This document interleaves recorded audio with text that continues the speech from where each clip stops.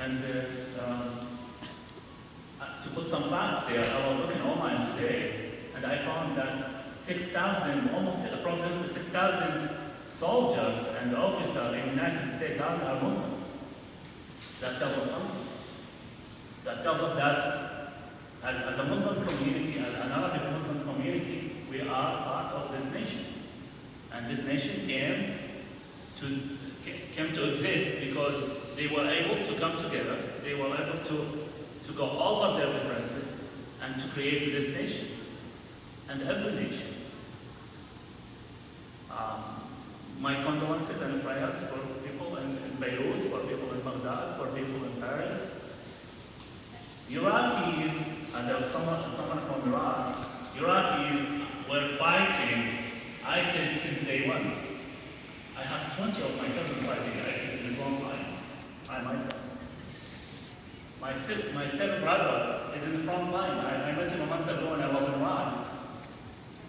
And he's 20 years old. Instead of dreaming of being a doctor, dreaming of being an engineer, he's fighting ISIS. When I asked him, why do you do that? He said, if I did it, who would?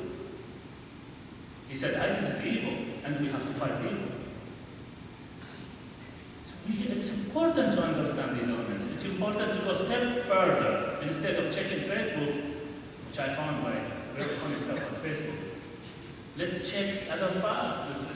Let's go. Instead of looking on, for example, online, what's the dish for today?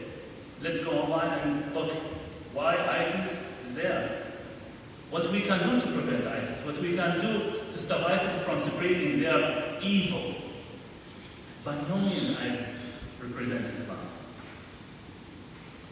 And I always, I heard the fact today that my kids were telling me that we face it like almost every day. People are asking us. It's important to give the opportunity to dialogue, and it's important to move ourselves into the other being and to understand what the other thing. When I understand my neighbor and my neighbor understands me, ISIS will vanish automatically. So the message, and I'm going to read some from the verses from Quran. O mankind, lo, we have created you male and female, and have made you nations and tribes, that you may know one another. Lo, the noblest of you in the sight of Allah, sight of God, is the best in conduct. I think no one would disagree.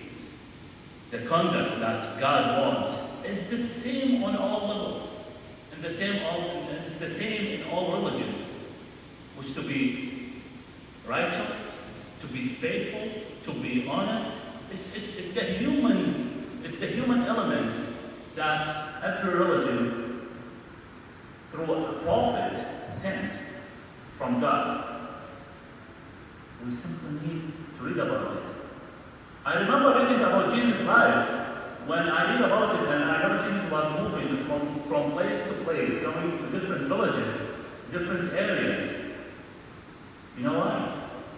Because he was traveling. He was trying to deliver the message away from his borders, away from his inner circle. And I think that's what we need. We can't travel overseas every day, but we can travel online. Go online. Look for Muslim websites.